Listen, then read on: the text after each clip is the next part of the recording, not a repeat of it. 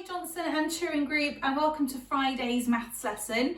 A huge well done for all of the hard work you've put into your remote learning this week.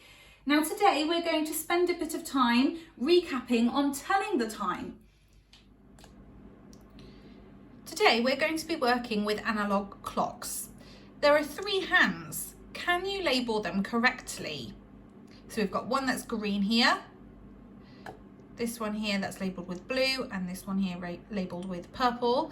Do you know which one is the minute hand, the hour hand, and the second hand?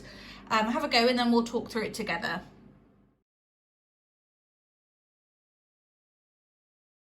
Okay, so this one here that's labelled with green is the minute hand. This red one here labelled with blue is the second hand. And this one here labelled with purple is the hour hand. Okay, and it's got here big hand to the top, o'clock, which is a good way to remember it. When the minute hand is up, pointing at the 12, it's o'clock. And we'll work through some examples now. Can you write down the times under these clocks?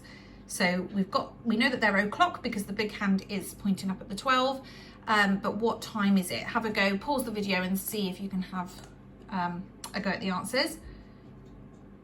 Okay, hopefully you've had a go. The first one is 2 o'clock. The second one is 6 o'clock. The third one is 9 o'clock. And the final one is 1 o'clock. Well done if you got those correct. The large hand shows us the minutes. Each time it passes a number, that is 5 minutes. Look at this clock. What time is it? The big hand has moved down to the 3. How many minutes is that? Remember, every time the minute hand passes a number, that's another 5 minutes. So here, if we started at 12, we would have 5, 10, 15. So we say there's been 15 minutes.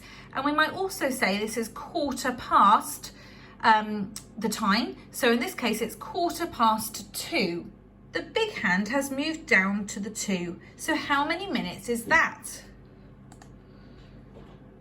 Okay, hopefully you've put 10 minutes because we've got here from the 12, 5, 10. So this clock is showing 10 past 4. Okay, what I'd like you to do now is pause the video and tell me the time on this clock.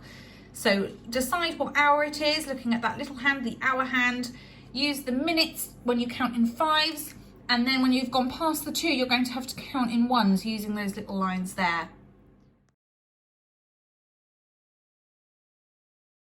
Okay, so the hour hand is pointing to the 5, and the large hand here, we've gone 5, 10, 11, 12. So we would say it's 12 minutes past 5.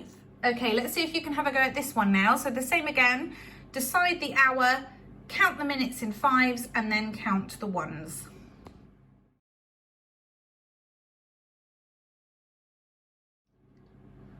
Okay, so the hour hand is the smaller hand, which is pointing here. Now it's not quite at the 11 yet, so it's gone 10 o'clock.